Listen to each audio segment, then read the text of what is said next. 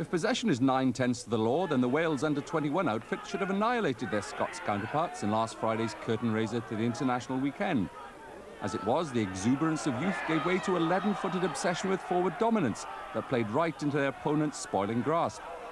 The Mr. Magoo-like approach did, however, provide outside half Arwel Thomas with plenty of kicking practice, this neat drop goal adding to his 2 penalties that formed the Welsh tally.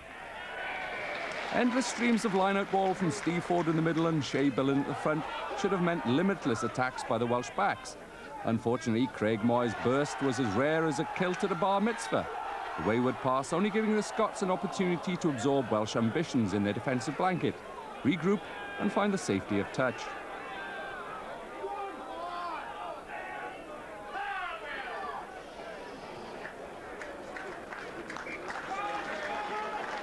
But not all was doom and gloom.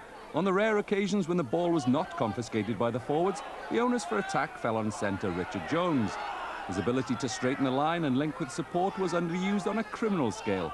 With the other playmaker, Arwel Thomas, having a subdued game, it was Jones who provided the sparkle in a dull, penalty-ridden encounter.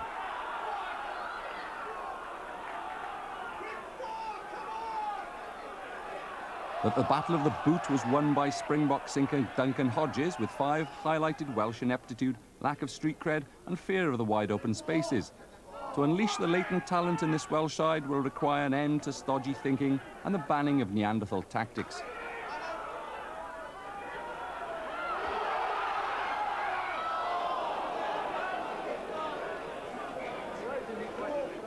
Well, the result didn't go in Wales's favour, but Mark, you're getting onto the coaching scheme of things now. What do you try and get over to players at that level, playing at that level?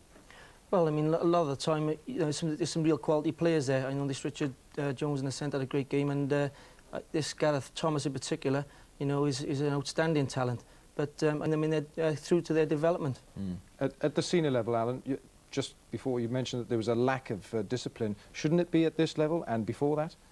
Well, certainly, that's when they taught young. If you looked at instance there, that first line-up was excellent. Line-up ball, good forward drive, peeling off at the opposing back line. That's what the national side should have been doing up in Merrifield yesterday, which they weren't doing.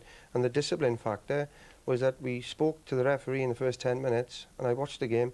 He didn't give us a look in all through the game, man. You cannot go around disagreeing with the referee on the field, because they're only human after all. And I felt that some of the 50-50 decisions yesterday all went Scotland's way because of that. There was ill-disciplined penalties, giving away needless penalties. I mean, there's something got to be done about that.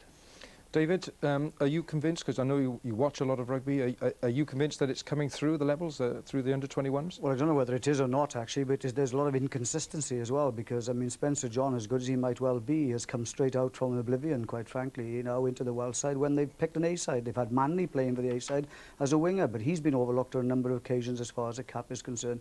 And perhaps we have to look at the system, and the system, really, we should have released boys like Arwel Thomas, Matthew McCarthy, this boy Adrian Harris down at Swansea, 3 or 4 Bridgend players as well, Gibbs, you know, you've got at Newbridge, and you've got Wyatt, and I think that these boys should have been given the opportunity. We had the perfect, I know it's all very well, people say, ah, well, we can all say it now after the horse has bolted, but realistically, what we should have done really is given those players the opportunity. Gareth Edwards played for Wales at 19, Barry John played at 19, Phil Bennett was 19. These boys can only gain experience by playing in international matches, and these should have gone to Spain. They should have gone to Portugal and gone to Italy, and then we should have approached this championship this year as possibly given us an opportunity to see how they can play in the 4 nations before going to the World Cup. What can we do now? If we do anything drastic now, we are starting all over again with 1 more game to the World Cup. I find it quite incredible, personally. Okay, thank you, David.